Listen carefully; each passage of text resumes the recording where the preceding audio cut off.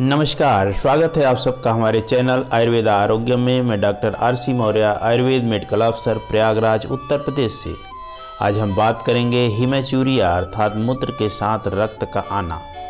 यह एक सामान्य एवं गंभीर समस्या है। इसे नज़रअंदाज नहीं करना चाहिए। हमारी थोड़ी सी लापरवाही बड़ी समस्या का कारण बन सकती है। अतः जब भी ऐसी समस्या हो तुरंत अपने चिकित्सक की सलाह लेनी चाहिए। कभी कभी हिमेचूरिया इतनी ज़्यादा होती है कि पेशाब का रंग लाल होने लगता है, जिसे माइक्रो हिमेचूरिया कहते हैं, तथा कभी कभी हिमेचूरिया इतनी कम होती है कि यूरिन कलर को चेंज नहीं कर पाती, लेकिन यूरिन एनालिसिस अर्थात पेशाब की जांच कराने पर उसमें आरबीसीज की उपस्थिति मिलती है। इसे माइक्रो हिमेचूरिया कहते हैं। यूरिन में रक्त का आना मूत्रमार्ग या गुर्दे की खराबी का द्योतक है, अतः समय रहते सावधान होना आवश्यक है। तो आइए इन्हीं बातों को ध्यान में रखते हुए हिमेचूरिया के कारणों की बात करते हैं। Causes of haematuria. हिमेचूरिया के कारण। Painless causes. हिमेचूरिया के ऐसे कारण जिसमें दर्द नहीं होता, केवल रक्तस्राव होता है। इसमें मुख्य कारण है ग्लोमेरुलोनेफ्राइटिस अर्थात ग्लोमेरुलस और नेफ्रॉन्स में इन्फ्लेमेशन या सूजन का होना। अगला कारण है किडनी, यूरेटर, ब्लैडर या प्रोस्टेट का कैंसर होना। मूत्रमार्ग की टीबी या ट्यूबरकुलोसिस में भी हिमेचूरिया की संभावना रहती है। ब्लड प्रेशर या उच्च रक्तचाप के रोगी में भी हिमेचूरिया होने की संभावना होती है।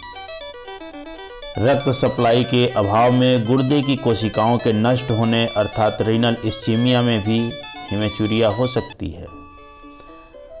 कोआगुलेशन डिसऑर्डर्स जैसे हीमोफीलिया जिसमें रक्त जमता नहीं है, इसमें भी हिमेचूरिया की संभावना रहती है। या ऐसे लोग जिनमें रक्त को पतला करने वाली औषधि या एंटीकोआगुलेंट थेरेपी चल रही हो, उसमें भी हिमेचूरिया हो सकती है। या जो लोग अत्यधिक एक्सरसाइज करते हैं, उसमें भी हिमेचूरिया की संभावना रहती है। अब हम बात करेंगे हिमेचूरिया के उन कारणों की जिनमें रक्तस्राव के साथ साथ दर्द भी होता है। इनमें मुख्य कारण है यूटीआई अर्थात यूरिनरी ट्रैक्ट इन्फेक्शन, मूत्रमार्ग का संक्रमण। दूसरा मुख्य कारण है रीनल कैलकुलस या स्टोन या पथरी का होना। स्टोन के कारण मूत्रमार्ग का अवरोध होना, जिससे मूत्रमार्ग में घाव, सूजन या इन्फ्लेमेशन होने से हाइड्रोनेफ्रोसिस के कारण बैकवर्ड प्रेशर बढ़ने से दर्द होता है। यह दर्द लॉयन से ग्रॉइन रीजन अर्थात कमर से होते हुए जांघों की तरफ आ सकता है। कभी कभी यह दर्द बहुत ही असहनीय होता है। हिमेचूरिया के ऐसे भी कारण होते हैं जिसमें दर्द हो सकता है या नहीं भी हो सकता है। मूत्रमार्ग का संक्रमण या रीनल स्कारिंग या पॉलीसिस्टिक किडनी में या रीनल स्टोन विदाउट ऑब्स्ट्रक्शन। ऐसे पथरी जो मूत्रमार्ग में अवरोध उत्पन्न न करें तो उसमें दर्द होने की संभावना न के बराबर रहती है। अब हम बात करेंगे हिमेचूरिया में प्रिवेंशन की। पर्याप्त मात्रा में पानी पीना चाहिए। स्वच्छता का विशेष ध्यान रखना चाहिए।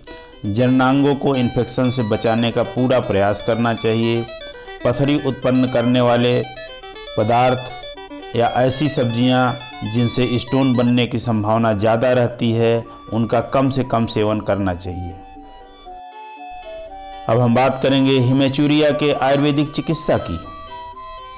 हिमेचूरिया में जो सामान्य औषधियाँ प्रयुक्त हो सकती हैं, उनमें पहली औषधि है पुनर्नवाष्टक घनबटी 2-2 गोली सुबह शाम, गोच्छुरादि गुग्गुल 2-2 गोली सुबह शाम, बोलबद्ध रस 1-1 गोली सुबह शाम, बरुड़ादि कषाय 50 ml की मात्रा सुबह शाम।